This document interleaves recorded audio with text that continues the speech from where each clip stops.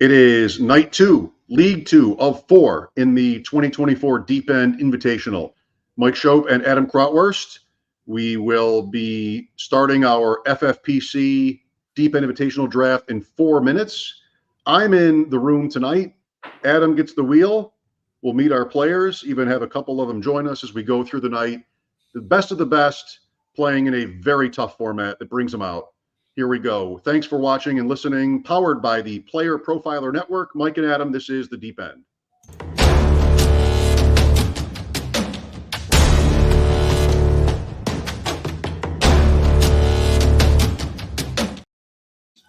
Night 2. I know you're excited because you're in it. You're live. You're drafting with the big dogs. Week 1, night 1 was a banger with 6 or 7 straight quarterbacks to kick off our super flex tight end premium triflex draft. I love talking about these because they're different every single time. So it's not the same old. And so I'm excited to see what route you take tonight and what route some of these other guys take tonight. Well, if it interests anybody who might be joining us, I have 5 quarterbacks in the queue. And you're pick 3. I'm pick 8. Yeah, that's right. I'm pick 8. So there are 5 I would pick. And there are, others that I wouldn't. Yep. If the 5 are all gone, we'll go elsewhere. We're not afraid. And, last year I was all big and tough and got beat at quarterback. My favorite draft from last week was Go Bills, who also picked 8. And I loved what they did. Their quarterbacks ended up being Jared Goff, Bryce Young, and Aiden O'Connell. And, that's going to have to work out. O'Connell is going to be a backup. Bryce Young, that's going to have to work out in a super flex league, or else, they won't repeat as Deep End Invitational champions. But I like their draft the most, watching it. And I'll try to be like them tonight, to a point. Can't just decide to be like somebody who's won the main event 2 years in a row and the Deep End Invitational. Although it's a good people to try to be like. And again, the thing about waiting on pushing quarterback is you can build super teams that way, but it's lots got to fall your way for sure. Right. So have you got the board? I do. Yeah. We could pull it up. Let's pull it up. Let's see here. Could run through our players here before we get started if you want. Yeah, for sure. I want to make sure you have the draft because I have to make the picks and decisions and everything else like that tonight. Very, very challenging. Ready? Yeah, absolutely. From the 101, Rich Hribar, Lord Reed's Sharp Football Analysis, the Swami of Konami. Rich will surely be a force tonight in the 1 spot. Next, Jody Smith. First time in the Deep End Invitational. Jody is the editor-in-chief at Full Time Fantasy. At 103 is the Podfather, Matt Kelley, Mind of Mansion, Roto Underworld, the leader at Player Profiler, back with us this year, and we wish him well. 4 is Pat Thorman. You can catch Pat over at Establish the Run. A lot of his research is on NFL teams and their pace. How many plays can you expect from them? Just to generalize it, very useful aspect of fantasy analysis, and Pat is one of the best at it. 5 is Jared Smola of Draft Sharks. He is a 4 handicap. Wow. I know. It's impressive. It is impressive. One of the brightest minds in the fantasy space. Also, I'm not sure there's anyone I'd rather put all my chips in on than Jared in anything. Glad he's a good friend of mine. And you know him, right? Did you play golf with him on Saturday? I've heard of him. Were you there?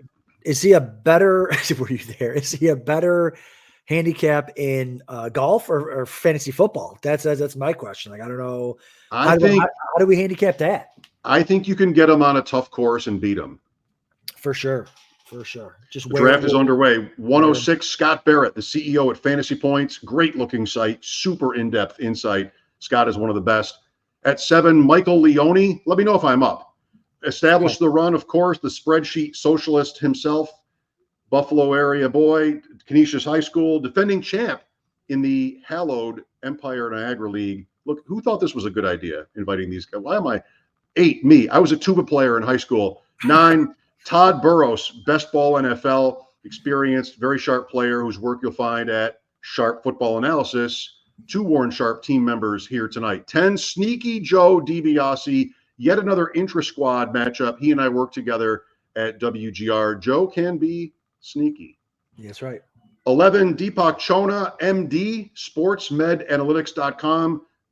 Sports fantasy doctors. That sort of aspect of Twitter has gotten a lot more popular, and it's very useful. And you can find a ton of useful insight from Deepak on Twitter at that website, sportsmedanalytics.com. Austin Martin in the 112. Not everyone in the tournament is a content creator, but Austin has been on our show, former FFPC tournament winner, super tough high stakes and dynasty player. He gets the luxury of life on the 1-2 turn. How have we started? We've started the same way we started last week. Maybe not in the same quarterback order, but 5 straight quarterbacks to start the draft. Huge shout out to all these guys joining tonight. It is a free roll, but it's also, you're playing big time here for a main event entry at the FFPC. Jaden Daniels, Christian McCaffrey round out our top 6. So while you think, Mike, I'll talk about the picks here. Josh Allen at the 101, Mahomes 102, Jalen Hurts 103, followed by Lamar Jackson, Anthony Richardson, Jaden Daniels, Christian McCaffrey at 7 to Mike Leone. Interesting. And for those of you just tuning into this format, it's FFPC Triflex. So you can start 2 quarterbacks, which is why you see them go early. It's best ball. It's tight end premium, so they get 1.5 points per catch. But you can also start up to 5 receivers. So it's all different ways teams can build a winning roster here. And Mike, it looks like you get your wide receiver 1 out of the 8 spot. CD Lamb. It's the same thing Go Bills did. So just don't let me copy everything if I can pull that off. That's right. If you can help. But there was one more quarterback I was open to there, and I won't get him now. Jaden Daniels was the curveball in terms of tonight versus last week. He went at 112 last week. I mean, I didn't ever think I would get him at 205. But Right. How hot are you for Jaden Daniels this year? Well, I've been in love with a quarterback that can run. Like he can run, and he throws a beautiful deep ball. I've been saying that since reading the draft guys back before the draft, and he showed it off in that first preseason game. Interesting that we loses Jahan Dotson. That's a guy that I was always taking as a cheap stack with Jaden Daniels. So that's interesting. I don't hate it because he goes to I think a much better offense overall with the Eagles, but maybe less volume, but maybe not. So I think it's interesting. It's going to hurt some of these best ball stacks that had him with Daniels, but who knows? I mean, what are your take? I know you're coming up here, but what are your thoughts quick on the Eagles trade? I mean, we were hearing that Washington was dissatisfied with Dotson. Yeah. There's been a regime change since they drafted him. So his being picked at 16 overall or whatever it was 3 years ago doesn't really matter anymore. Writing was on the wall. And I think for Philadelphia, I mean, people always sort of assume whatever they do is smart. It's a wide receiver 3, at best. It's a chance to fill a position that could be, even if it's just for depth, could be valuable to them. Washington was done with Dotson. It makes the rest of the Washington receiver room more interesting in drafts like this. So you don't want to be a slave to sort of what's happened already because that just happened today. Right. I think Philadelphia can't really lose with this trade, and Washington decided to move on. So that's fine. Yep. New regime. So yeah, I love Jaden Daniels. I think any quarterback that gets, what is the stat? Any quarterback that has 80 or more carries during a season is almost a guaranteed lock to be a top 10 quarterback. I was taking him at QB 12, 13, but now since the preseason game, he's been kind of pushed up. Here he goes, as QB 6. I'm sure Austin's ecstatic at the 12 hole to get Stroud and Murray after the way that the torrid start here at quarterback. So I love Kyler Murray. Kyler Murray is actually my QB 6. I love getting Kyler. And I love getting Jaden Daniels too if I miss on Kyler Murray. So a lot of interesting plays here. You get the Dak CD Lamb stack right out of the chute. Right. Murray and Stroud, I think both went top 7 last week. Yes, for sure. Daniels did not. So compared to that, right, Austin has cleaned up at 12. At that point, there were a couple other quarterbacks and certainly running back 4, wide receiver 5, tight ends. But I feel like, this is such a tough competition. It's also 4 leagues. So you're trying to beat everybody. And that puts it sort of as usual with this tournament, with this format, kind of like it makes you think. It's not so obvious. You're not playing against 600,000 teams where you have to just sort of stack till you can't even, breathe anymore.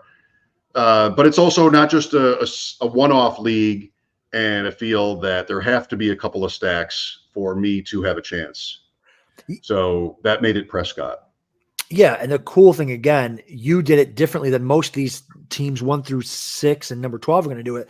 Normally in best ball, you're taking the receivers and then you're taking the quarterbacks after, and you get sniping your quarterback, you're pissed. Here, it's like reverse engineering it, where you're taking your quarterbacks first because it's super flex, and then you're taking your skill guys later. So what has kind of been happening in years past, and at least in the first draft, is teams are less likely to snipe your guys because they've got their quarterback set, right? So they'll probably come back around and try to get their receivers with their quarterbacks, but again, you don't want to overdo it either. You don't want to reach too early. Jared Smola from Draft Sharks here takes AJ Brown, and he doesn't get to the Jalen Hurts owner, but then Matt takes Hurts and Barkley, which I love. I love that stack. That could be 30 rushing scores between the two of them. You don't care who it is. Once they get down to that 1 yard line, 2 yard line inside the 5, you're getting a rushing score, which I absolutely love. Well, one of the most fascinating things about playing this game is how the stack options vary year to year per quarterback. I mean, last year with Josh Allen, it was Diggs and Allen. Like, that was easy. Diggs was going in a standard draft. Diggs would go late first, and then your decision was, if you could make it, Allen in the late third. This year, Allen has no obvious, this is tight end premium. Maybe you could go to Kincaid here. We'll see what happens. But there's no obvious guy you have to get. Jalen Hurts has 2 for the second year in a row. Mahomes is different. Richardson is challenging. They're all different every year. Some guys less so, Burrow and Prescott. But, there's just change every year in how to build these stacks with the elite quarterbacks. And Superflex, the name of the game is the elite QBs. So I love that about it. There's just, I think super advanced players like these are already thinking about how they're going to stack their quarterbacks. 10 out of 12 teams have one, and that sort of, those computations, that puzzle just makes it so much fun. Yeah, and we'll talk to some of these guys. Jared will be on here after his 3rd round pick. They'll have Sneaky Joe on after his 6th round pick to kind of see, see what their thought process was going into it. I know Sneaky Joe, he's plays in the Scott Fish Bowl, which is, again, very unique, very, very different, and super flex and tight end premium and all that stuff. So I think he's kind of has some experience in this as well. As he goes, I think he went with Tyreek and Brees right out of the gate. That's always, and that's fun too. So, you want to push quarterback. Now you get maybe arguably your wide receiver 1 and your RB1, coming out of the gate here. I know some people have Hall as the RB1. Some people have Tyreek as the wide receiver 1. So super fun way to do it. And there we go. Right. So my guy, Jody Smith from full time, he goes off and gets Patrick Mahomes and then Travis Kelce, first tight end off the board, and a big stack there, and pretty cheap considering. Yeah, with a name like Sneaky, he's not taking quarterbacks in the first. And that's just not. No, that's not what a sneaky person would do. Take quarterbacks. Not to say like Austin here at Team 12, he's obviously sharp, and that's good value. Probably, we'll see what happens next week. We have 2 deep end invitational drafts next week to fill it out, Wednesday and Thursday. Yes, yeah. Austin knows what he's doing. He's in the 5Ks, the 3Ks. I hate seeing him near me. I did a 5K 2 years ago, and I was like in Murderer's Row. It was like me and Go Bills and Austin and Chad Schroeder, like all right next to each other. And it was like the worst draft of my life. So I definitely don't like seeing Austin in a lot of those drafts. Yeah. Oh, and you're the clock coming up here. I hear that. I'm coming up here.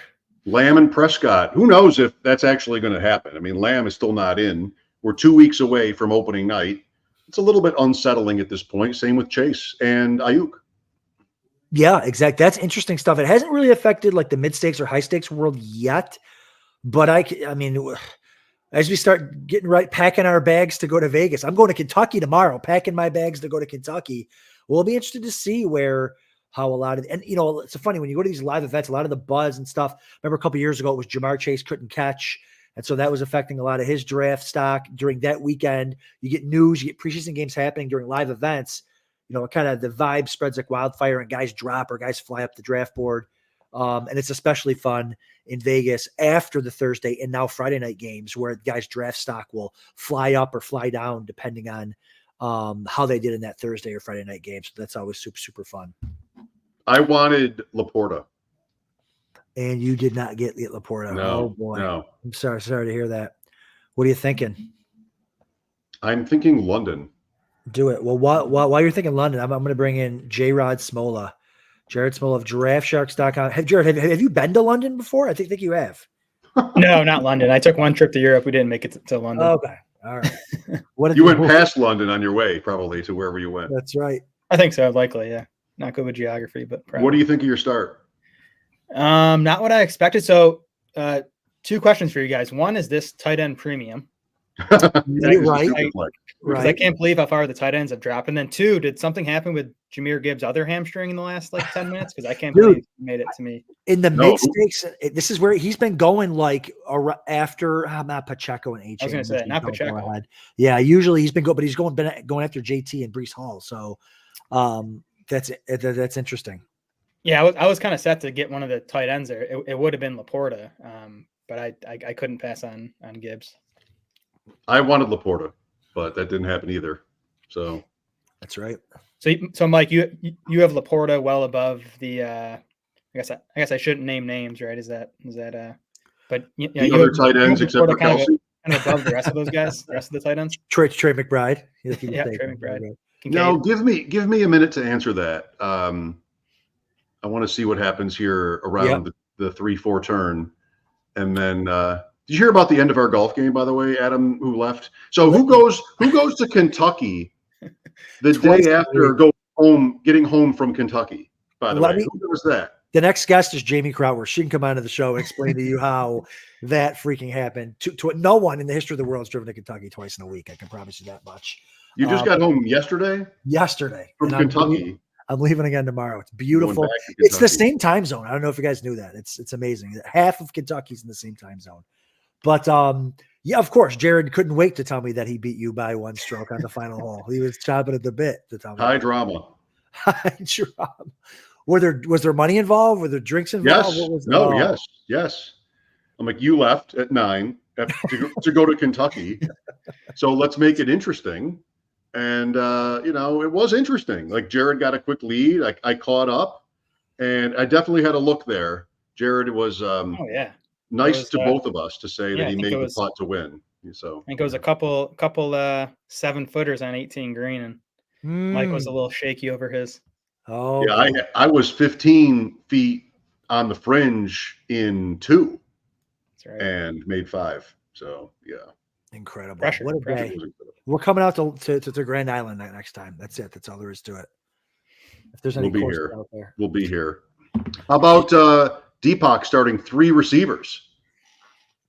There you go. I don't mind. I'm on Rod Jefferson. I know we had a nice talk on the golf course about Jefferson's 190 targets that he might get this year.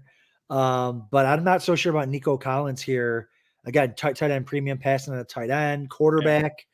We'll see how this ends up playing out here for Deepak. Jared, where are you on Anthony Richardson? I see you took him here as your number 1 pick. Are you? I mean, everyone's nervous about injury. Are you nervous about any of the stuff coming out of camp about him not looking good in some of these scrimmages? No, I don't worry too much about that. I mean, I think he's going to have his struggles as a passer. I think we're drafting him for the rushing. I'm honestly not big on Richardson. I'm upset at you guys for putting me in the 5 hole. I think it's kind of a tough spot for flex. I think those top 4 quarterbacks are kind of a clear top 2 tiers. For me, like Allen and Hurts are kind of their own tier. Then it's like Mahomes and Lamar as tier 2. And then to me, like Richardson and Daniels and Burrow and Stroud are all kind of in the same tier. I do prefer Richardson. I thought about taking CeeDee Lamb actually, but I didn't want to get locked out at, at least one of these high-end quarterbacks. So I ended up just biting the bullet there and taking Richardson. Love it. Yeah. for sure. Deepak goes back and he decides to go. Well, I say one of the onesie positions, but you can start two quarterbacks in these, so it's not a onesie, but decides to go tight end over quarterback there. That'll be interesting to see what quarterbacks fall back around to him. AJ Brown, round 2. I got to tell you, I'm Garrett Wilson over AJ Brown for sure. I just think this is his CeeDee Lamb season, right? Where everything's kind of like you could feel it, you could see it, get him the quarterback, that type of thing, and then he just goes crazy. Why do you have AJ Brown over Garrett Wilson? Yeah, I think Wilson beats Brown on ceiling, but I just feel so much safer with Brown's floor. For Wilson, you're still counting on a 41-year-old quarterback coming off an Achilles. Like if anything goes wrong with Rodgers, I get they have Tyrod Taylor this year, which is better than what they had last year, but it'd still be disappointing for Wilson if Rodgers doesn't kind of fire coming off this Achilles. So just floor for me with Brown. Not to say he doesn't have upside. I'm just super high on the Eagles offense too. I think Kellen Moore is a significant play calling upgrade for them. I think they're going to play fast. They're going to be a bit more creative in the passing game. So I think Brown, again, safe bet for top 8 numbers, and still has the upside to be a top 5 fantasy wideout. Kellen Moore might be, I don't know. I don't have any data to back this up. I feel like he might be a fraud. I feel like, yes, he goes fast, but he had Justin Herbert last year. Like he said, guys, I don't know. I feel we'll see. He plays fast, which is great, which is, you can't deny that, which is awesome. Gets Jahan Dotson now. What are your thoughts on that? Does it not really matter? I mean, it's a big downgrade for Dotson, right? Just, I updated projections after the trade. We had him at like 17.5% target share in Washington. I think he's at like 12% in Philly. Dotson's now like a wide receiver handcuff. If something happens to Brown or Devonta Smith, then Dotson becomes a thing. But those guys are healthy. I don't think he's really going to be a factor in lineup setting fantasy leagues. Jared is up. So I'll just slip in here and mention that I picked Mark Andrews at 405. That would have been tight end 6 here. Pitts goes in front of him. Yeah. Which is, to me, there was that much more reason to sort of take Andrews in that spot. There's no stack or anything there, but tight end, it's the one thing I think I want to leave all these drafts, feeling secure about, is one of those top 6, 7 tight ends. And that's why. Yeah, it's interesting too. Like I think it's egregious for Pitts over Andrews, but that's because I have Andrews as like my tight end 2. But like Pitts is certainly, you could see Pitts sliding into the top 5 tight end position. It happens all the time. That's fine. You can make a case, right, Jared, for all the top 5 tight ends to be tight end 1 this year. Maybe. I struggled to get there with Kincaid. Yeah, I'd love your guys' thoughts on him. Mm-hmm. Yeah, I just think Knox is going to be too much of a thing, and not that Kincaid's going to disappoint. I'd be a little surprised if he finishes tight end 1, but those other 4 guys, I think they could all get there, and they're in the same tier for me. That's kind of what I was getting to with Mike. Like to me, McBride and Andrews are right there with Laporta and Kelsey. I kind of see them as pretty interchangeable. So stop me if I read all this or talked about this last week. It might have been on the golf course, but the last 8 games of the Bills season, including the playoffs, which are even more important, but they can sometimes get left out of stats. Knox was on the field for at least 40% of the snaps in every game. They went way more run heavy. And what else is they won every one of those games until the loss to Kansas City, a game in which their offense was functional. It wasn't because they got shut down. They missed a field goal and they lost a close one. So to me, every indication, this is not like training camp hype, but based on what happened last year, it's just logical. Like they were successful with a coordinator that shifted more into the run, leaned into it with Knox on the field. He also has a big contract. So they have that incentive to play him. I think and they lost Stephon Diggs and Gabe Davis. Like there's every reason to think Knox should be that 40% snap share. So, well, what's the big deal? If he's going to get 3 targets, so what for Kincaid? I just think it's really hard to squeeze a ceiling outcome in for Kincaid if that happens. I think they'll run the ball more. They have 5 slot receivers on the team: Samuel, Shakir, Keon Coleman. I guess Mac Hollins is going to play a lot too.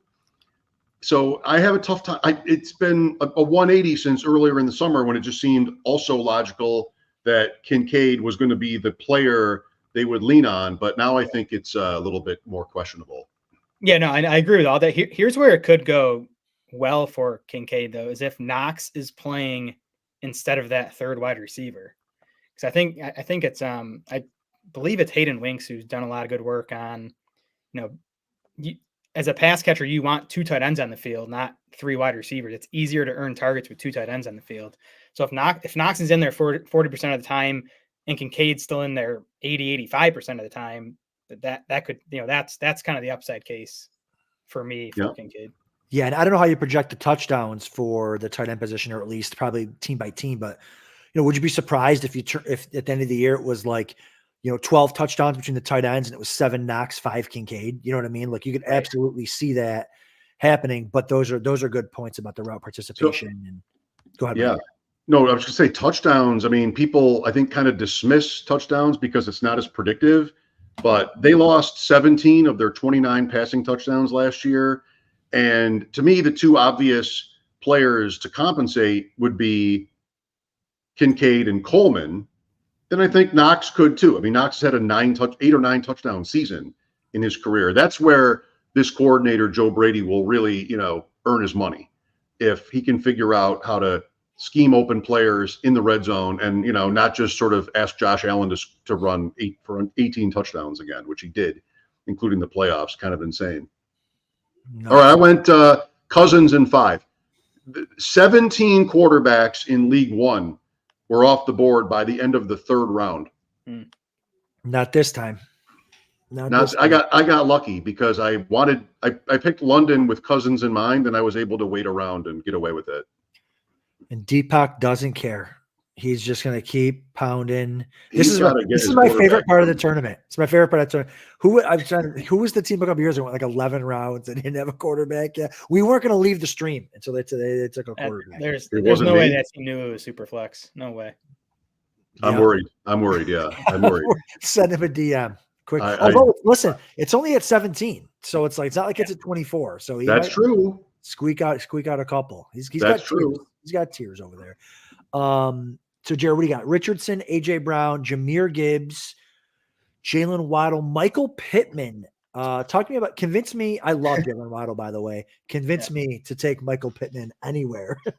Yeah, I would much rather convince you to take Jalen Waddle because he's actually one of my highest owned receivers. I have very little Michael Pittman. But I was kind of looking at our rankings, and Pittman and Steph Diggs were kind of right there, like projected within a point of each other. So that's where I'll definitely just go with even though Pittman was, just behind Diggs in our rankings, to get the stack with Richardson, get myself a little Pittman exposure because I honestly don't have much. Yeah, no, I agree. I think he's like 3 rounds overvalued, I think. And it's just target share, right? Is that what it is? Or not target share, sorry, volume. Exactly, yeah. Just pass volume in Indy. Although it helps that they play fast. They were one of the fastest paced offenses in the NFL last year. I do think Pittman's target share is still going to be there, especially with the Downs injury early this season. So I don't. Again, at wide receiver 22, that to me is about where Pittman should be going. You kind of see him going closer to wide receiver 18, 19 sometimes. I think that's too high. Wow. Mike's on the edge of his seat. The guy that he wanted fell. Don't I have to? Did you just don't I have to? Sniped on Daniel Jones. There's no way. No. Don't I have to? Don't I have to? I don't know what you're. I was busy talking to our guest. I don't know. I don't know what you're thinking over here. Oh yeah. Oh, big dog. Running back 7 last week. Mm-hmm. Mid 6th. Adam, don't I have to? I have Andrews. I would have done it already. Okay. I mean, this is a good question, Jared, because you do great. Let him pick. Let him talk to me first. Let him pick. Okay. I'm going to talk to you first. Jared does great projections over at Draft Sharks. And I always want, because it's hard for guys who do projections to come out and just say, yes, I'm going to project Derrick Henry for 16 rushing scores, even though we all know he's going to rush for 16 touchdowns. How does that work into the projections? Obviously after you've picked, but I just feel like it's there. He's obviously not going to get a lot of catches, but I mean, he's safe. RB12, fine. He's going to have some RB20 weeks, but he's going to have some RB2 weeks, RB1 weeks. He's going to need 2 touchdowns to get there, but they want him to be great. They love that he's there. He wants to win a Super Bowl. The vibes are good. Mike, I love the pick at RB12 there as a hero RB. If anyone's going to be your hero, it's going to be Derrick Henry. But I wanted someone else. Like I was not expecting Derrick Henry. I wanted someone else. Like there's someone else I kind of like more, but I'm not sure if it's more of a weakness or a strength, but my instincts are always toward value. Right. And I feel like Henry, you kind of had to do it. I mean, I don't know, maybe not. So With Jared, Andrews on the team. talk to me about Henry and how you project him, and then we'll let you go because we got Sneaky Joe backstage dying to get on. Get Joe on here. Enough of me. But yeah, I mean, Henry, it's, like rushing touchdown rate is a big part of my projections, but before any of that stuff, that's like the kind of the last step for me. The first step is figuring out how many touchdowns this team is going to score. How are those going to be divvied up between passing and rushing? And then, what share of those rushing touchdowns is Henry going to score? So, I didn't get him to 16 rushing touchdowns. I don't get anyone that high typically in projections, but like, I think I have Henry for 12-ish, which I could pull it up, but it's near, if not the top of the league as far as, running back rushing touchdowns go. So I think it was a great pick, Mike. Just a good value there. Thanks. Yeah. Sometimes you just have to do it. Yeah, for sure. You got to do it. Jared, where can we find you? Where can we find all your stuff other than the golf course hitting a power fade? It's a power fade over the left-handed power. It's no joke. It's no joke. It's real. I'm blessed. My two favorite places to be in the world are on the golf course and in the draft room, and I've been with you boys in both of those spots. That's over the right. last 5 days. This week in the last 7 days. Right. We sat at Webster Golf Club on Saturday after the round was over, and Jared was so magnanimous that he let me ask him 27 underdog picks that I was on the clock for, which, by the way, just went to 4 hours. So the stress level is building. But Jared was very kind to offer his advice. It wasn't lat, Mike. I was honored to help you make some draft picks. Well, I had until 4, right? Yes. Well played. Good luck, Jared. Great to have you. Yeah, you too, Mike. Thanks for having me. Thanks for putting this on, guys. Of course. Awesome. See you, buddy. See ya. Man, the quarterback point versus League One is pretty stark, but look at the yellow. Where are we at here? Through 6 rounds, 32 receivers. Well, last week was 28. Not that big a difference. Yeah. No, as it gets later, the quarterbacks will all start to fill in here, but I'm going to bring Sneaky Joe on, who I know I know he's ecstatic about waiting till rounds 4 and 6 to get his quarterbacks. He's ecstatic. I have to say, though, drafting the sneakiest thing you could do, I think, is drafting a quarterback that you constantly rail against every day of your life. And I think that might be the first time I've ever drafted Tua.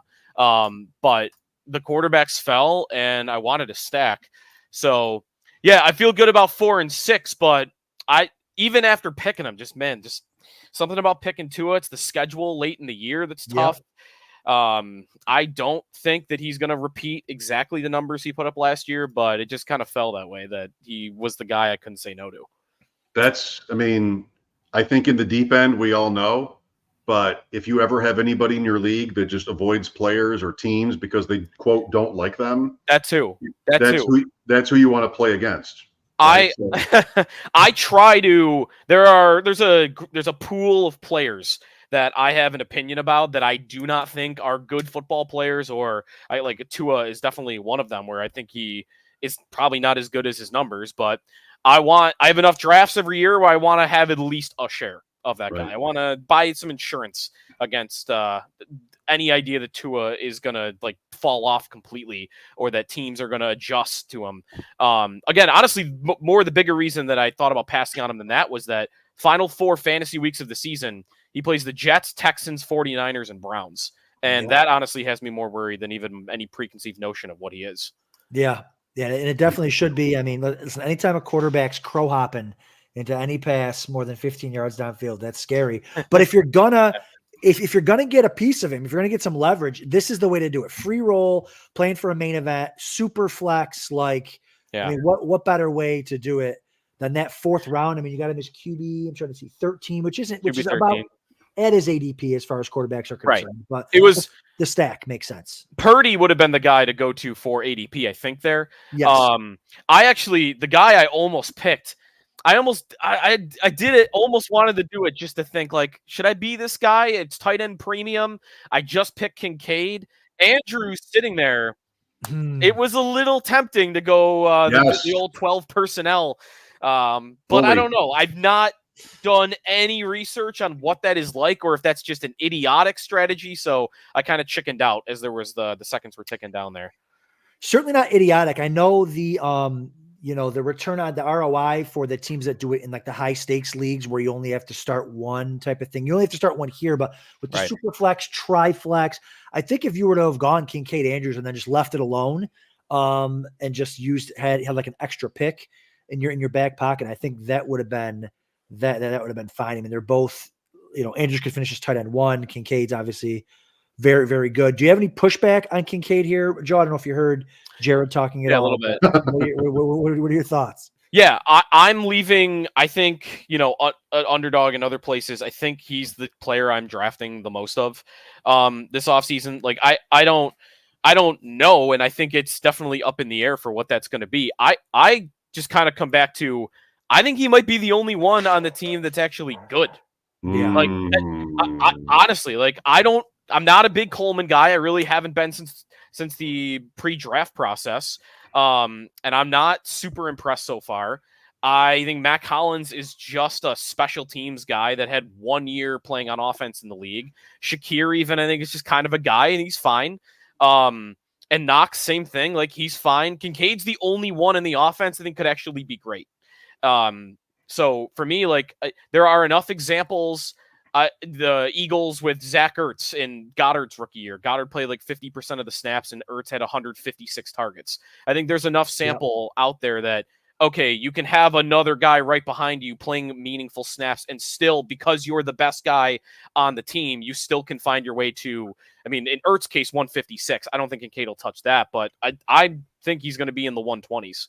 I mean, look at Andrews. I mean, they have Isaiah Likely there, and Andrews is always holding him off and getting his stats. And they're kind of not a very pass-heavy offense. I feel this same way you do about the Bills skill guys. I feel like I'm like, my son's so excited for the season. He's got his Keon Coleman jersey, and I'm like, I don't want to tell my 12-year-old that Keon Coleman, can't get open, and he's complaining about holding calls in the end zone already in preseason games. But it's like, that's not a great sign.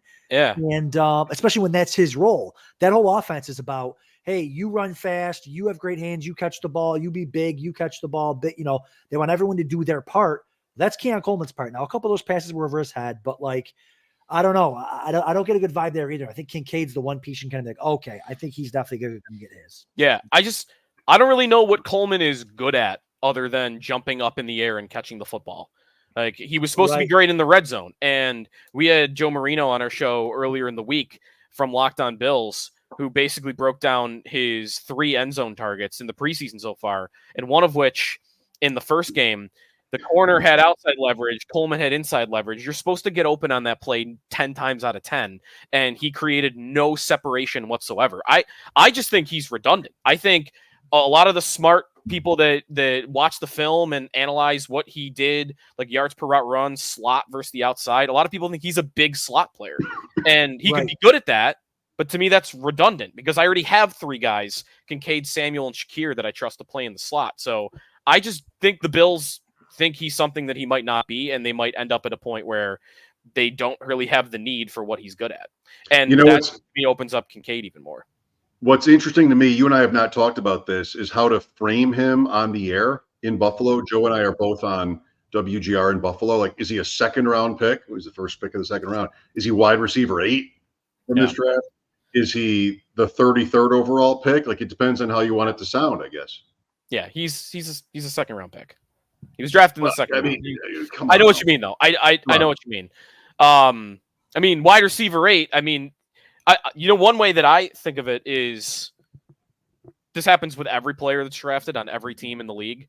One way I've thought of it is, okay, the Bills love Coleman. They love what he does. They love the need that he fills for their receiver position specifically. And Brandon Beane said after day 1 of the draft, they traded with the Chiefs. And he said, I didn't know who they were going, if we want to believe him, wholeheartedly here, which you could do. He said, I had an idea the Chiefs were going to draft a receiver. I just didn't know who it was. Well, that means they didn't like Keon Coleman enough to not let him go to Kansas City. We make it about Worthy all the time, but when they made the trade, if they thought, okay, it's probably a receiver, but we don't know which one, they were willing to let Keon Coleman go to the Chiefs. So, I think they wanted a receiver, and I think they probably got to a point where they just didn't love any of them. And the thing I had a tough time believing about Bean, with due respect, because we don't know, and I just have to say sometimes we know these guys don't always tell the whole truth. I thought moving to 32, go ahead, pick whoever you want, flat tier, okay. Yeah. But moving from 32 to 33 and Carolina picks Leggett, that I thought, did he know that was going to be possible? I bet he did. But at the same time, he didn't really, in my opinion, capitalize on that, because you have all day Friday. I think maybe they felt trading down, maybe he heard some negative feedback or something. Trading down twice was already a lot, especially because it was the Chiefs and a receiver. It should have happened at least once more, because then you had McConkey and Polk as well as Coleman in there. And they also didn't do very, very well value-wise in the Chiefs trade. Like, they didn't force the Chiefs into a deal that they had to pick. They were willing to pay the price to pick the receiver they wanted. So I love trading down, but the Bills didn't exactly, hit the jackpot there. No, they traded down to trade up from, was it like the top of the 5th round to the bottom of the 3rd round? Yes. Like they traded down. What they end up going is what? They go down, I don't remember what the number is, 10 spots. 28 to 33 or 27 to 33. So they go down 5 spots there to go up like 35, 40 spots in the middle rounds to draft a defensive tackle. I mean, they wouldn't have known that at the time. So yeah, I think it all kind of gets back to me though. Like, Coleman's got to prove it to me. He's got to prove it to me that he can get open at this level, that injury now to Curtis Samuel. I guess he's going to be on the field regardless, but Matt Collins was going to be splitting the Gabe Davis role with him. Like, I was kind of confused as to what he was really going to provide the Bills. Kincaid, I feel like, I think he's going to have the target share, and then it's going to come down to touchdowns. And, if for him to, you guys were talking about him for tight end 1. For him to be tight end 1, I mean, he's probably got to go to the double digits for touchdowns, and I might not bet on that, but he's gonna have more than 2. I have to think, which was what he had last year. Yep. God, I hope so. No, those are all good points. It's always sick too to see for the second time your rival. Well, they weren't the rival at the time, but trades up to take the position that you want with you. If I could have traded up in front of Leone to pick Worthy at 7:06 tonight, I would have. I mean, there you go. He and I are at war. Yeah, I'm glad I didn't do this. When I picked Tua, I did have a little thought, because we're competing with all these guys. Deepak next, right after me, he had St. Brown and Jefferson. Goff was the number 1 quarterback on the board at FFPC here, and I thought, should I take Goff just because he's going to want him with this next pick? He's going to want the St. Brown St. Brown Goff stack, but That's I mean, he just finally got to his first quarterback anyway, so he didn't do that. Could have. Yeah, make your next pick here, Joe, coming up, and then we'll recap your team, and then we'll let you go. We got the podfather backstage, dying to talk about his Aaron Jones pick. He's super excited about it. But Tyreek Hill, Breece Hall, Kincaid, Tua, Zay Flowers, Matthew Stafford, Rashad White, Keenan Allen, fat Keenan. That's what I've heard. That's another one of those where, like, he weighed in 15 pounds heavier than he was last year. It's almost like I kind of want to bet on that not mattering, if that makes sense. Like, I'm getting him at a discount where he was a month ago because of that news. And I wonder if it does end up mattering. And with Chicago, it's a new quarterback with 3 guys he's never thrown the ball to. I don't know who his favorite's going to be. So, they traded for Allen. He was on a big contract. So I can't think he's not going to be involved at all. So I'm buying the dip. You're on the clock, Joe. Yeah, Joe was up, and I have one quick question for him after he's done and after we're done. Okay. Yeah, perfect. I saw some video of him in training camp today. Keenan Allen did not look fat, so we can confirm Keenan Allen did not look fat. At least not to me. At least not to me. I have a figurine. I don't know if this is Keenan Allen, but it's somebody skinny. I don't know who that is. Who is that? Sigmund Freud, I believe it is, actually. Welcome Sigmund Freud to the deep end. He's been there. That guy's been there. Yeah. Joe picks Palmer. Joe, have you ever been on a fantasy podcast? I have been. I've had to have at some point. You Nothing's think so? coming. Nothing's coming to mind right away though. I've had to Wasn't- have been on a fantasy. Wasn't podcast. every Friday show I did when Bulldog was on vacation and you were producing a fantasy podcast? I mean, it was a mock draft every Friday when Bulldog was off. You Mock knew that we draft were Those on Friday. were the the draft. days. Those Oh were Yeah. the my days. God. Yeah. I I mean, love every break was a fantasy podcast, right? Every break we Just- were talking about what to do with Deontay Foreman. I mean, I need to get in there so I can keep talking up Carson Steele to you. Not to give anything away for later. Listen, I'm around. Let's go. I'm so glad you're playing. Thanks, Joe. Yeah, thanks Good for luck. having me. All right. Thanks, Joe. See you, buddy. We are There's through a round foursome. 9. There's a foursome, by the way. Us two See? versus Sneaky Joe and Jared Smola getting strokes. Bulldog. What a day. Bulldogs consistently in the 70s. He told us when he was on the show the last time. Matt, welcome to the show, my friend. Oh my! What is your handicap? You just missed Podfather, Sigmund Freud. what is your Actually, handicap? you just missed him. He's backstage now. Sorry. We're live on the deep end, boys. We're live, baby. We're live on the deep end. That's very We're deep end. mid-draft. I'm drafted against this Schopp character, absolutely sticking the knife in.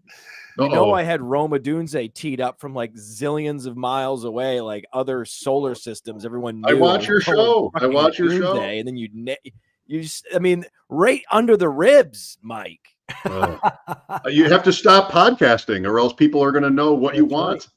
Damn, That's I passed on the DJ Moore stack because I thought, well, I'm gonna get Rome anyway. I'm gonna be all in on Rome, you know, in that offense. I can definitely get him. There's no way. And then of course, Triflex. You know, there's just so much wide receiver fever going on, and I was like, That's all right, true. but hey, if there's no injuries, McConkey outscores him anyway, so I'm fine with. I got McConkey there. I'm cool with it. I love McConkey. I think he's going to be the wide receiver 1 in Los Angeles. Love the pick. Happy with everything that's happened. I think that my team is as good as I've ever done in this draft, Mm-hmm. and it's something close to poetry what I've been able to do. Adam loved your start. I did. I absolutely loved it. I'm a huge Jalen Hurts stacked with Barkley guy, 30 rushing scores between the two of them. Isn't that a cool stack? It's so It great. sucks. I knew if I could have bet anything. Now I follow all these guys, talk to these guys all the time, but I was on your show, Matt, months ago, maybe right after the draft, and I think we were both in lockstep about Kyron Williams. I knew you weren't taking Kyron Williams. I'm like, we're both off of that from the start. So I love listening to you just bash that. And so I love what you've done. And I knew when you got Aaron Jones that you were going to love your draft. So Well, you know who I was going to pick other than Aaron Jones? I didn't think I was going to get Aaron Jones. So Yeah, I had this guy teed up, Brooks. and I'm going to draft him right this second. Isn't that the best? When you're near the turn and it comes all the way back around you and your guy is still there. I think that is the best. What a It good probably, feeling that is. it probably happened to you with Aaron Jones. You probably Hey, even Mike taken Schopp, him this is down, for you, baby. This is for you right here. This is Uh-oh. for you. Feel Khalil that. Shakir. Feel that. Khalil that. Shakir. Inject. Matt, I was 50, Inject. almost 50-50 Odunze McConkey. Those were the picks. I know. Really? Veins, Sorry. baby. I can see Khalil the- Shakir, little target. You know, he and you know, it's gonna be close between he and Kincaid, target leader for the Bills. Have you ever had your I love, blood by the way, flow on? the guy you had on before, that guy sounds great. Joe? I'm not as plugged in to whatever content he's creating, but that guy's amazing, and he sounds like he knows the Bills really well, and he understands Keon Coleman is a red flag player. We are just all Buffalo radio guys, Matt. So Okay, thank you. That Okay, makes sense. That Sneaky makes the Joe. most sense of it. If you told me that's a Buffalo radio colleague yeah. of Mike Schopp, I'm like, well, that makes perfect sense. This guy, he's dialed in. He's He's dialed on in. my tree. He's on my tree. I was like, this guy's saying, I'm like, keep talking. Everything he was saying about Coleman, I was like, oh, keep talking. Andy Reid. Talk Andy dirty Reid. to me. Oh my God, talk dirty. There's your veins again, getting some more play. That's right. That's right. Yeah, I mean, this is the last one. I've been running pure. So Ooh. just so you guys know, other than Odunze, which hurt me personally, Mike. Sorry. Well, But it's been good. It's been fun. No the one here. McConkey pivot was just fine. I was really 49-51. Yeah. And I was just going for it's stack posterity, but it's a 12-man league. I mean, stacking is so minor. You need to figure out tight end, right? I'm going to, but I cannot pass this up. Oh, Okay. I cannot pass this up. Okay. If I pass this up, I won't be able to sleep at night because everyone needs a That's a league nice winner on their roster. This is the last league winner on the board. I want to go ahead and take him. Can I guess? Or I don't want to give away Blake Corum. I was going to say it, but I didn't know if you were going to wait. Baby! Love the pick. You can't handle this. This is so good. This is must-see pure. TV. I'm running so This is what the pure. defense is all about. The deep All end right, is I mean, all about it's it. just aces, man. So It's now- Broadway. I'm feeling so good. So Matt, tell the deep end people who are sick of hearing me talk about this situation. Give us your 60-second Blake Corum versus Kyron Williams take. Well, Blake Corum is a tank.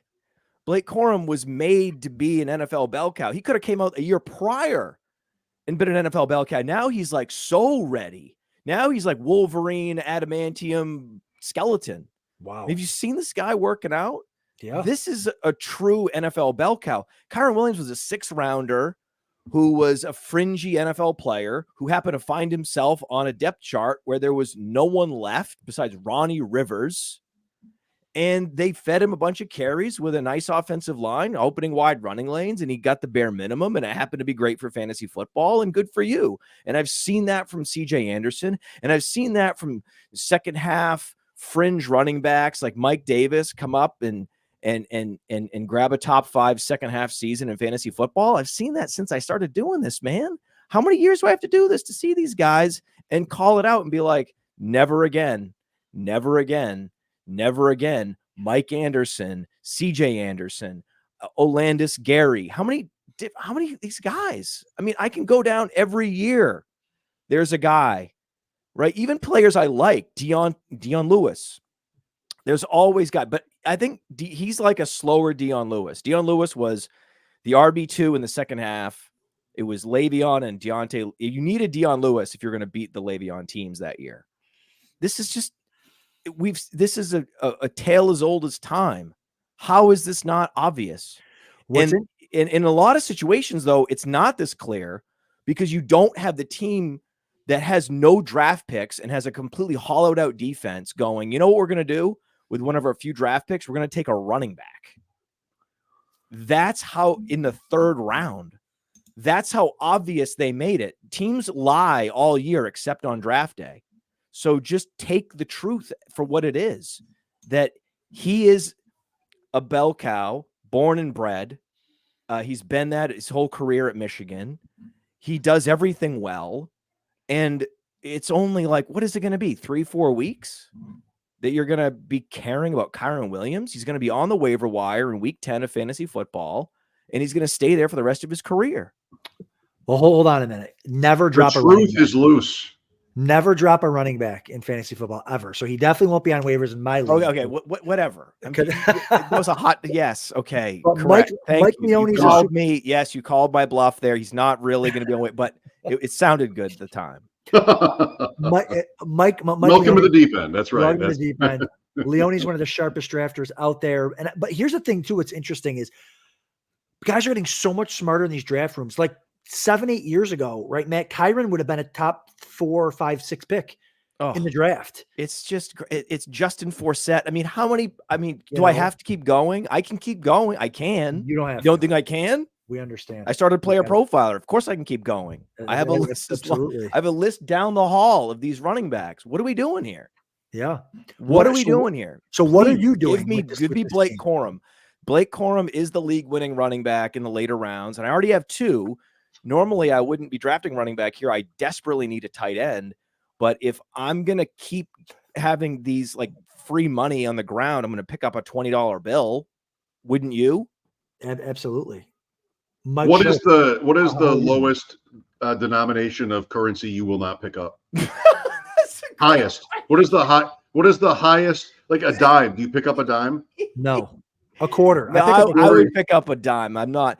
You know, the problem with the dime is you got to dig your fingernail in there. A little They're bit. so hard to pick up. They really are. Actually, have you tried to do this?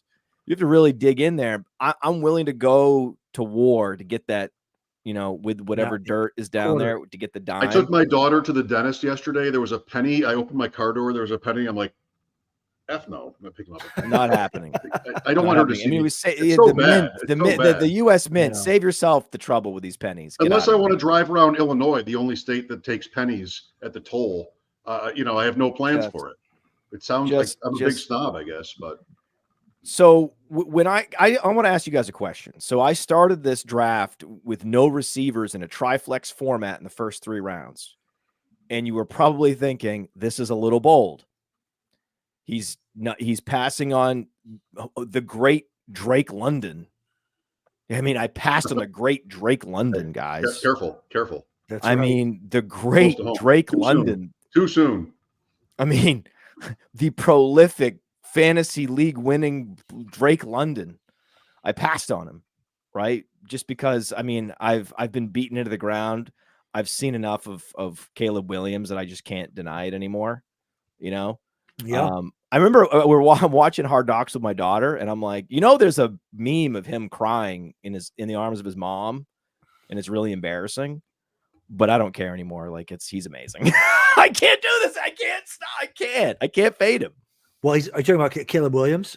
Yeah, I was like, there is a meme out there of him literally in his mother's arms. Okay. Crying after a USC loss, and it's embarrassing for any person. It was kind of like, even her, she'd be like, oh my God. Yeah. Even after a soccer match, if we lost the championship, I wouldn't do that. And I'm like, I know. It was weird. But he's Aaron Rodgers out here. He's definitely a different dude, but it's crazy. His physical talent, and he can get away with it because he doesn't do a lot. Like a lot of his stuff right now isn't on time, right? It's not like within the offense, but the way that he's able to be outside the pocket and play off script, and he's got the skill guys to do it. That's the difference. He's got DJ Moore and Keenan Allen and Roma Dunze and Cole Kmet. He's got all the DeAndre Swift. He gets outside the pocket. He flips the ball over. I mean, he played against the Bills. I watched all that, and he was getting outside the pocket, pop it over a linebacker to Swift, who catches it and runs for 40 yards. Like it all works. So I really like. You guys ready for this? You guys ready for this pick? Never been more ready. You guys ready for this pick? You guys ready for a mustache ride? You guys want a mustache ride? I don't know what that means. Let's see it. Musgrave. Musgrave is actually French for mustache. People don't know that. It is, and he has a great mustache. I've seen it. It's there great. You go. I interviewed him. He was a great guy. Mike, Chase Brown, Algier back to back. Thoughts? Love it? Hate it? I don't like the Algier pick. I was scrambling a little bit there. Chase Brown, fine. I felt like that was still value, but a lot of green before and after, and Algier. I have Atlanta. So one injury away, I guess. It's tough, man. It's tough. Here's what I don't like to happen to me in a draft. Unfortunately, it hasn't happened yet, so I'm happy. It kind of happened with Caleb Williams a little bit, and I was a little annoyed, but there's no quarterbacks went after, and I started feeling like an idiot, right? You ever had that happen where you take a quarterback and then no one goes quarterback, and you're like, oh, damn it, am I that? Yeah. God damn Never it. once. Yeah, so never once. Never once. So when you look at the board in retrospect and you see how close that Algier was to Ford and White, Benson, Spears, Brown, and Corum, you're not going to be happy. No, Mike. Right. That's the problem. You're not going to be happy with how close he came into these other guys that have much better paths, Yeah. Much better paths. But I think the thing too is when you look at the roster construction, like Algier is the same, like everyone knows what Algier is, right? He's a handcuff to potential top 5, top 7 points per game if, God forbid, Bijan gets hurt, but you also don't want him. It's tough when he's your RB3, right? Like that's where it's like, okay. We have to fix that. Right, exactly. So which you will hopefully look to do, but that's where it's tough is when he's your RB3, your RB2 is Chase Brown, but it can get a little. While Matt stews over this pick. Gross pick alert. Gross pick alert. You guys ready for a gross pick? I was almost ready. Oh, this is he hurt? I don't think he's hurt. Russell Wilson didn't get hurt or anything, did he? No, not yet. Is he okay? Because this is just gross. He just isn't very, very good. How great would it be if he took Fields I thought I was sticking and moving the whole draft. No gross picks until now. Ross, that is a gross pick. Why is Fields gone? Yeah, he's gone. Okay. You got three Everything's gone. starters. You got 3 starters out of it. I mean, I got a third starter, and then I'm going to stick and move. Yeah. So You are- this you is are the gonna best I stick can do. and move. I don't think I can draft better than this. This is the best, guys. This is the best I can do. This we'll is the see. best I can do. I got Eagles. I got Hurts, Barkley, Devontae Smith. You saw I got incredible value on Ayuk, incredible value on McLaurin. It seems like people haven't updated their rankings yet or something. And then incredible value on Aaron Jones. Can we talk about Aaron Jones? Aaron Jones, man. I was celebrating when I couldn't believe I was fist pumping nobody. I was in the back room. No one, I wasn't even on camera yet. I saw that. I couldn't believe I get Aaron Jones there. Yeah, Aaron Jones is phenomenal. He was Yeah, number 2 in yards per route run last year, and he's going to have this backfield to himself. And I keep hearing about Ty Chandler, and I'm like, well, can Ty Chandler do something until you have to care? I What do you will. mean? We've been waiting for this moment for years with Aaron Jones. It's here, and now no one wants him. I will politely direct anybody who's interested to the best and my favorite Vikings podcast, Purple Insider. Oh, there we go. On which I do a weekly segment with Matthew Collar. And for the last 2 weeks, the one thing one of many things he's going to tell me, he's going to be more the tape bro, and he's definitely on the inside with Minnesota. And he, 2 weeks in a row, has been very down on Chandler.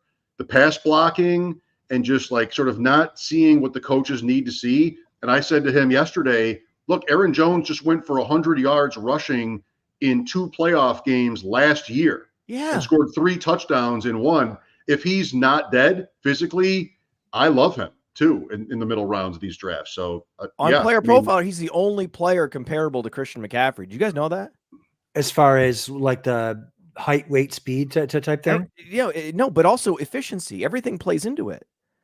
Yeah. He had a better yards per route run out of the backfield than McCaffrey did last year. That's great. No, have you watched him? He is there isn't a better comp for Christian McCaffrey than Aaron Jones in the league. They're also almost the same age. It's not crazy. It's basically interesting that the Justin Packers Jefferson and Aaron them. Jones. It's such a consolidated touch distribution there. TJ Hawkins is not going to play in the first few weeks. I don't understand what I'm missing when the projection bros do what they do. He always comes out looking like gold. I don't understand it. He passed the eye test. The film people love him. The metrics people love him. Wait a minute. Second round pick forever. We have smash pick music. Oh, wow. If you can do it, he can do it. What do we got? Was that Smashing Pumpkins? What was that? You got Zeke Elliott. Josh Downs. Talk me into Josh Downs. High ankle sprain, Josh He'll Downs. be on the field by week 3. He was easily going to be their wide receiver 2. Excellent prospect. Early draft capital last year. They want to be good. I'll take the injury discount here. Wide receiver 6. By the dip. By the dip for sure. Matt is not excited about. He doesn't like the music. I feel like I stepped on his territory there with the music. No. It was an ode. It was an ode to. I don't like Colts receivers not named Michael Pittman. I have a rule about mobile quarterbacks and only taking their wide receiver 1. And if they're that mobile, I have a rule, if they're too mobile, I take their running back with them. I love that, like with the Hurts and the Barkley, although Hurts has proven to be able to throw as well. I just think Richardson has more to prove to make we feel like we know that Pittman is his wide receiver 1.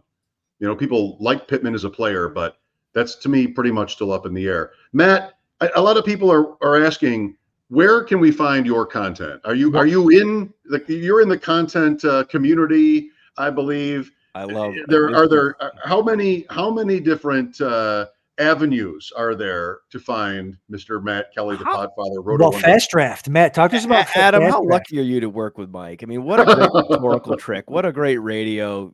That's right. He's like this guy. A lot of people are asking. No one's asking. Mike, come on. You're just a pro. Everybody knows. My wife just texted me, but it wasn't about this. You're right. It is unbelievable. At @fantasy_mansion on Twitter X, and I think I'm on the clock, fellas. Oh, that's right. Did something happen to Darnell Mooney? Should I not draft him? I love Darnell Mooney. Draft him and trade him to me. That's right. Is there? There's no problem, right? Like the Nothing same thing happened. with Wilson. Like there were backup quarterbacks No. being drafted. I'm okay drafting Mooney here. I'm not missing Yes. anything. As far as Yeah. I know. Okay, because it's triflex, right? I mean, I have to draft I have to start like zillions of receivers. Last time I checked, You can also start zillions of tight ends or running backs as well. but yeah, I you don't. I Up to 5. up to very 5. important point. When it's super flex, you have to decide to be weak somewhere, and I decided I was Yes. weak in tight end. Yep. You do have to That was decide. my choice. Sure. I went into this saying I am not doing any tight end banana in the tailpipes. I am just fading tight end. I have to choose a position to fade. And based on how the board fell, I had to go Barkley, as you guys all saw. Has anyone ever been painted into a corner more than me getting Barkley? That was the I thought most. you won I mean, Barkley. did you Yeah, have? you You saw wanted that him, coming no? from forever, Oh yeah, we right? saw You it knew coming. it. Yeah, for sure. It was Hey, the most like painted into a corner, super flex, and then all the tight end, all the good. Garrett Wilson's gone, and it's like, all right, well, I guess you guys are gonna make me do it. I'm gonna have to get every single Eagles touchdown. Before we sign off, many people are asking, you guys met? Who, me and Matt? Yes. Absolutely. Right? On a beautiful But night in Canton, Ohio. I missed was it. like I something out of a missed it. I movie. missed out. It was, Matt gets out of the car. We immediately, we know who each other are. He comes up and we just start talking about players that are going to put everybody on tilt. It was like we've been doing it for years. You know what I mean? It was unbelievable. But before we go, Matt, fast draft. I know, listen, we love our friends at FFPC, super supportive, the best. You love them. We love them. But I know you're on the clock here in a second, but talk to us about fast draft and what's going on there. I've done probably 35 of those drafts already. Yeah. So again, I endorse FFPC. There's Underdog. There's great formats for best ball that emphasize team building, team structure, correlation, all those things. And we've been in it for years with really getting the most out of those formats. There hasn't been a best ball format that was all about player takes and all about just, hey, let me draft the players I want. Like, I'm in a draft. I can't draft JT and Saquon back to back. That would be suicidal, right? From a team building standpoint, from a roster construction standpoint. But I want to create basically a platform where you could actually draft both these guys at once. No position restrictions, no opportunity cost barriers, to just drafting the best players, the players that you love. So that's why we did it. And I'm going to draft a player I love right now. And as much as I love, there's some running backs I love. The beauty of me drafting Blake Corum means that, and getting my guy in Mr. Mustache, is I can close out the wide receivers. I'm going to close out the wide receiver position as of right now with my man Michael Wilson. Ooh, Man Michael Wilson. So basically, fast draft, no position restrictions. You just draft 6 guys, and in the Flex 4 contest, it's all flex. So you can just draft. You could draft 6 receivers. You could draft 6 running backs. So for my buddies at home that just want to draft Saquon and JT, it's for them, right? But it's also for us, because we also can draft like Ladd McConkey at like 5% ownership in the 6th round and get that sort of unique build on the field. So some of those DFS principles and some of these like hardcore strategy principles that you and I and all of us employ as volume drafters, we can take advantage. But then also it's a platform that every fantasy gamer out there can engage with and love, because you only have to know a player pool of 60 guys. There's also a rookie game. So if you're really into Dynasty, then you could draft 6 rookies, and then every week the top 4 enter your lineup. It's that simple. And these drafts are going off rat-a-tat-tat right now on the Fast Draft app. Get it, Apple, Google, download the app, get in there. You can email me. You can email fastdraftapp@gmail.com, fastdraftapp@gmail.com. If you email me, I will hook you up with a deposit bonus. You don't know what it's going to be. It's a surprise. But put in the subject line deep end. Just put in the subject line deep end, and I'll give you a little deposit bonus for listening and checking out the platform. And so if you're waiting for your pasta to boil, if you're waiting to pick up your kid in the line, if you're using the toilet, 5 minutes, want to do a draft. That's what it's all about. Best ball has meant something. It has been, the definition of best ball has meant one thing for the last 10 years since MFL 10s. And we're adding a new definition for a new type of drafting that's really player centric as opposed to team build centric. That's what Fast Draft's all about. I love the player centric. I'm a player take guy. I love the 20 seconds a pick. I love that you can batch your players together and the computer drafts it for you. I love that you can see your player ownership right there live on it. And I know Mike boils pasta and picks up his kids and uses the bathroom. So he will enjoy in that order. Actually. In that order. He's on there, man. I've time. seen Mike on there. You're on there. Don't salt the pasta until it's boiling, though, because you don't want to make it slower, and you want it to taste like the ocean. And you can't overcook it. Al dente is the only way to do it. Anyone that wants to disagree can pound sand.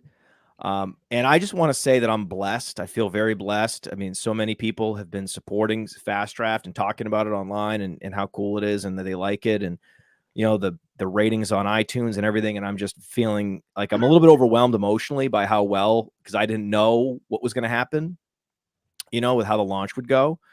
So, I've just been really, just been sort of, on bended knee, like, thank you, fucking tiny infant baby Jesus, that this thing's going well, Good. Awesome. Yes, sir. Awesome. I love everybody that's involved in this thing. Some of the best guys in the industry. So absolutely. Billy, I mean, and so many other people here have been integral. So good. Billy was a staple in this event until this year when he said he couldn't play. That's right. It's too good for us. Too busy. Billy is grinding his ass off on some things right now that are not that fun to do. I'll just say that. That's right. Is it pasta picking up the kids or using the bathroom, or is it something a fourth? Is there a fourth category? He's working on like compliance related documents, things of that nature. So it's not the most fun, but that's what anyone that's met Billy Muzio knows that he will go to war. That's why he's a great friend. He's a great colleague, everything, like great high stakes player. Yeah, he's a great fantasy. He has great rankings. Like he just and if he has to do something that's not that easy or not that fun, but it needs to be done, he's also like a worker. Like there's just some people are grinders, and like when you see him at the FF Expo, you're like, I see you, man. Yep, for sure. Matt, thank you. Thanks for your visit, and I'm glad you're playing. I'm glad you like your team. I'm sorry about a doomsday. It wasn't perfect. Shocking. I like my team. That's right. We all do. Right. Thank you, Matt. Thanks, Adam and I will be back on Wednesday. It's Thursday next week for the Deep End Invitational. And I think we also have a Best Ball or Fantasy Pros draft TBD on Tuesday. So next week is a very busy week for us. And then you and I have a main event on the weekend. But we'll tell you all about it afterward. Though, in terms of the Deep End Invitational, Wednesday and Thursday, all the ship chasers are playing on Wednesday night. Adam will be in the Thursday night draft. It'll be a big party both nights. And we'll talk about how this went and last week's and everything else in the heat of the fantasy football draft season. Thank you, everybody, for watching and listening. I'm at Schopp Talk, Adam_Krautwurst, at Roto Underworld, Player Profiler, Mind of Mansion, all of it. We're here for you. Thank you for watching and being part of our show tonight, and we'll see you next week. See you guys. Hey, I want to thank you for being part of this broadcast. If you have any thoughts on it, leave a comment. If you enjoyed it, make sure you leave a like. And if you want to see more shows on the Player Profiler channel, subscribe to it. That's how we know you want more.